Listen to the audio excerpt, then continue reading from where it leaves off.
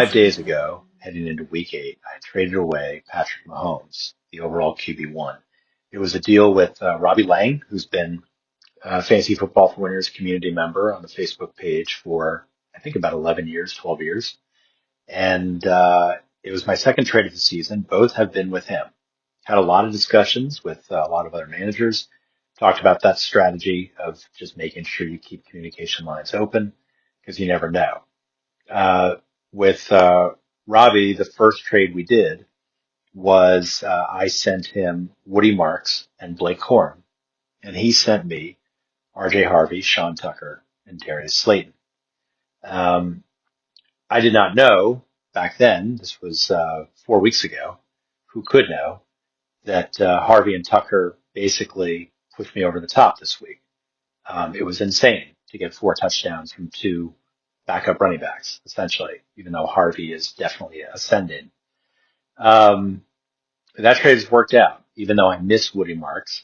I made the calculated decision that I'd rather invest in Denver's and Tampa Bay's offense than Houston's offense, and in Blake Corum, who I didn't know for sure if this was going to be his year. I was down on Kyron Williams over the summer, and Kyron Williams has exceeded expectations, and I finally realized about 4 weeks into the season, yeah, I guess Kyron Williams is going to be fine this year. You know, all things being equal, it looks like Blake Corum is going to have to wait at least a year.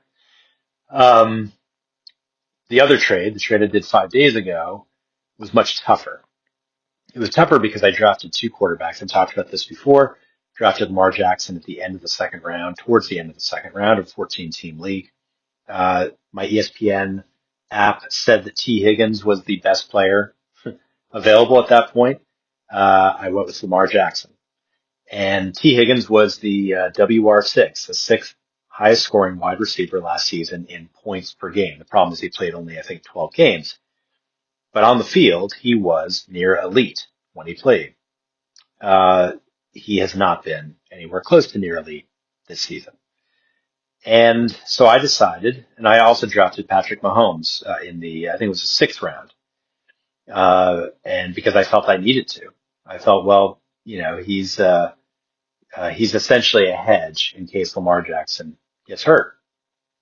But Mahomes has played so well that he became essentially my starter even when Lamar Jackson returned. And I could not envision a net positive for keeping both of those quarterbacks on my roster. I do realize that sending one away gives somebody else an elite quarterback. And that might come back to haunt me in the fantasy playoffs. If I'm going head to head with Robbie in the fantasy playoffs and he's got Mahomes where he would have had, Jackson Dart or Justin Herbert, maybe I lose, in a close one on that just because I've given up Mahomes. But I took the calculated risk because no one in my league is really interested in Mahomes or Lamar Jackson, or at least paying what I think they're worth. I was sharing with people, I'm willing to give him up for 75% of his value, either Lamar Jackson or Mahomes, because it's hard to have 2 quarterbacks and give up one and expect to get that market value. People are more thoughtful about that. They don't want to give up the farm. They know that you're hurting. If you've got 2 great quarterbacks, you're burning a bench spot on one guy that you're just not playing. So I traded Mahomes for Jackson Dart and T. Higgins, which on its face was a ridiculously bad trade. Jackson Dart is a fringe weekly starter who's been on a little bit of a tear, but he lost Malik Neighbors in his first start, and now he's down Cam Scatterbo. I didn't know he was going to be down Cam Scatterbo when I made the trade, but already down Malik Neighbors, it was clear that Dart was going to have to do a lot more work on his own in terms of running the ball. And, he's hopefully an 18-point guy, but I didn't make the trade for him. He's really the safety net because I've got Lamar Jackson coming back eventually, hopefully this week. We'll see. The bigger move was what I perceived to be buying low on T. Higgins. And I thought if T. Higgins could go back to being a top 16 receiver, not the WR6 in points per game, but just the top 14, top 16, top 18, something like that. If he's a weekly starter, given what I had in my, on my roster right now, that would be a net positive. I needed that. I don't have enough good running backs. And I've got some solid receivers, but no one with 30-point upside or very, very, very, slim chances of 30-point upside for any of my guys. And Higgins has done it before. I mean, Jamar Chase is dominating targets. I don't know that that's going to continue for the entire season. I think he's had about 50 in the last 3 weeks, and it's just something the shoe has to drop on that. T. Higgins is going to get more involved. But I made the move because I felt like it was going to be a net positive as long as Lamar Jackson is healthy.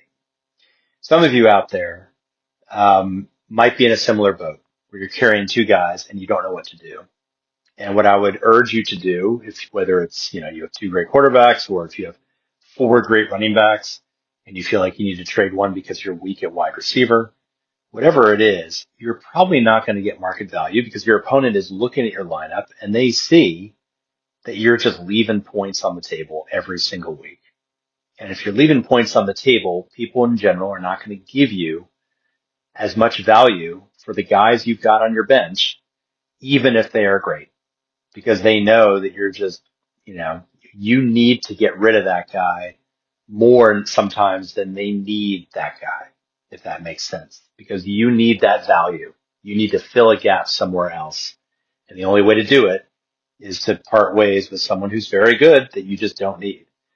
So, Mahomes looked great last night.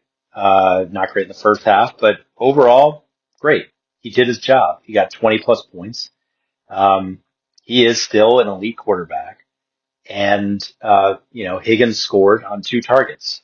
So, at the end of the day, I think it's about a 50-50 trade, whether or not I get a net positive, net bump out of it. I think my opponent will probably get a net bump out of it. And in the end, that's probably the best trade to make because if Robbie and I both end up with something positive, we're more likely to trade in the future. BJ Rudell, Fantasy Football for Winners. Follow me on the blog, email me anytime. We'll see you tomorrow.